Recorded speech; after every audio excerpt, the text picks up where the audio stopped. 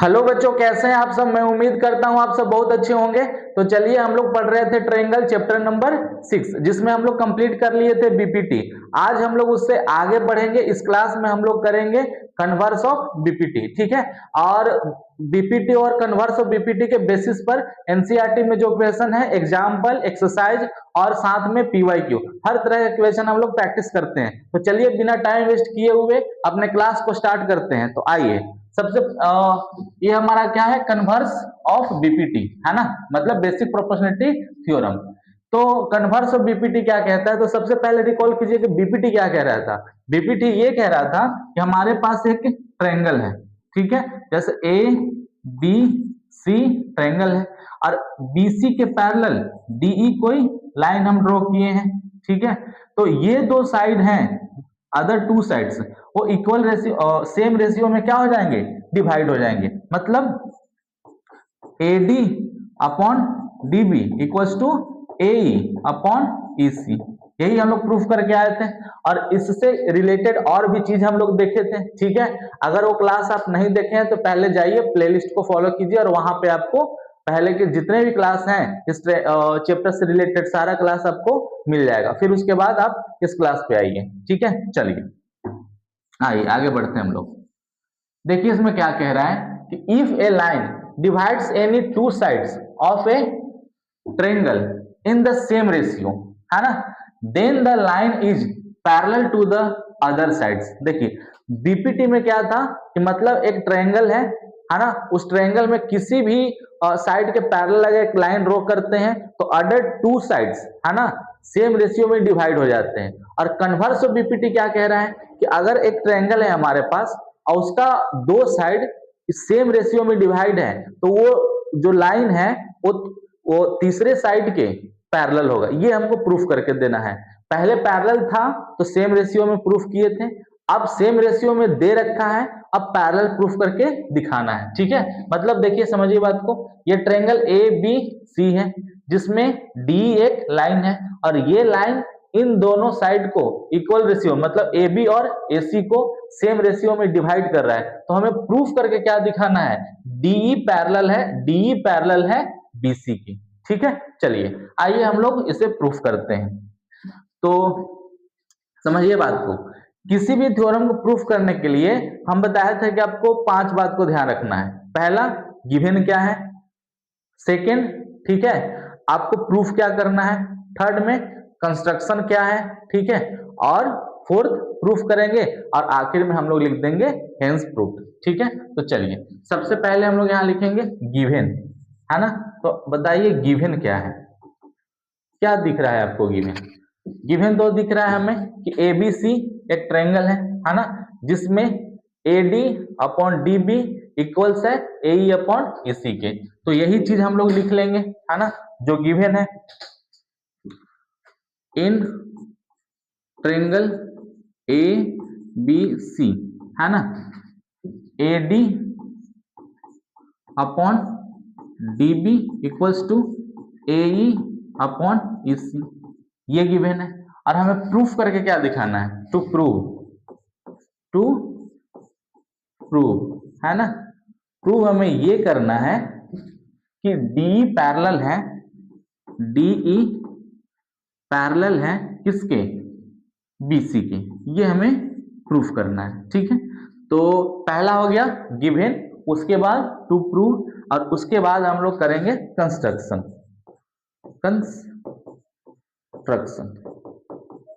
ठीक है। आइए कंस्ट्रक्शन में हम लोग क्या करेंगे।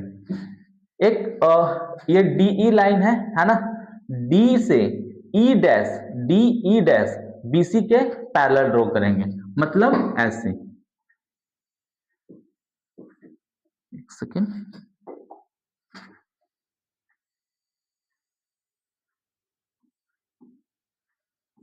डी ई डैश, है ना, मतलब draw D E dash parallel किसके, बीसी की। ये हम कंस्ट्रक्शन किए, ठीक है। तो यहां तक बात को देखिए क्या क्या हुआ।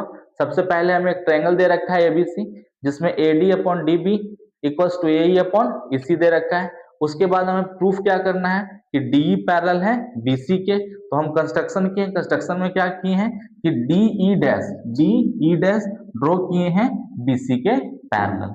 ठीक है, यहाँ तक सब कुछ क्लियर है ना। तो साथ के साथ वीडियो स्टॉप कर करके नोट करते जाइए। ठीक है, चलिए आगे हम लोग नेक्स्ट पेज पे आते हैं। नेक्स्ट, ठीक है, चलिए अब हमें क्या करना है, नेक्स्ट क्या करेंगे कि प्रूफ, नेक्स्ट हम लोग करेंगे प्रूफ। अब बारी किसकी है, प्रूफ करने की। ठीक है, तो थोड़ा देखते जाइए क्या क्या है ना।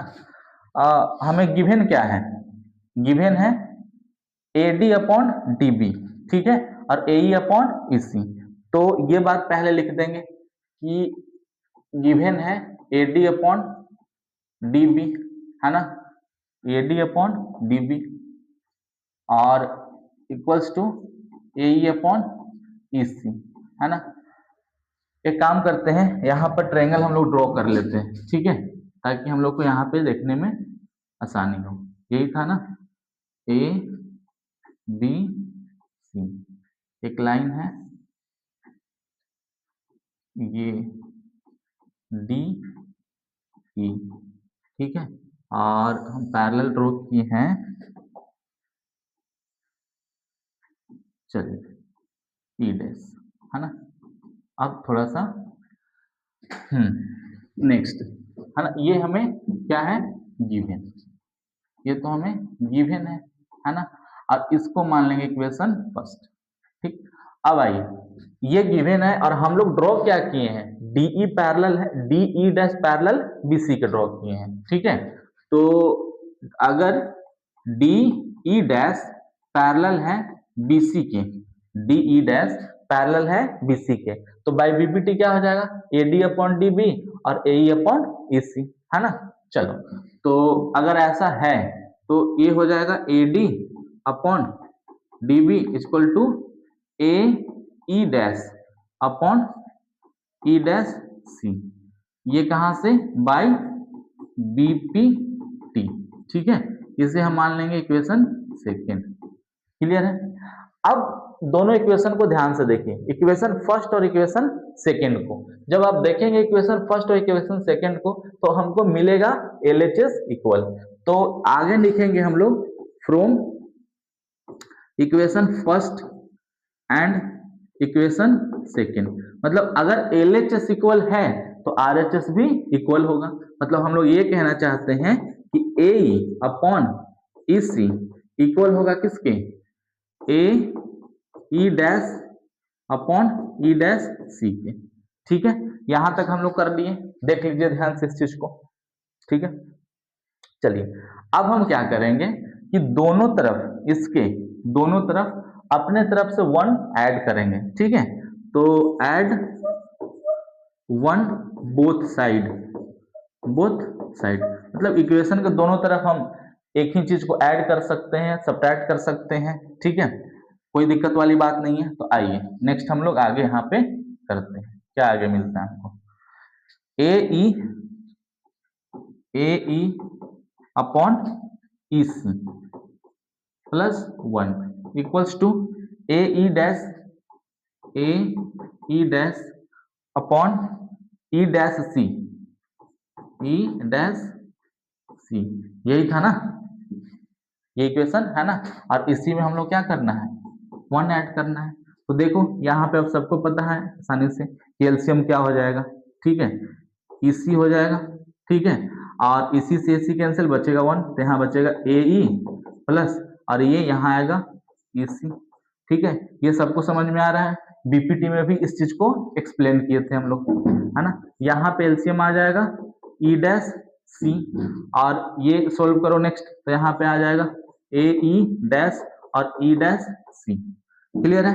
अब ध्यान से देखिए, AE plus EC, AE plus EC क्या है, AC है।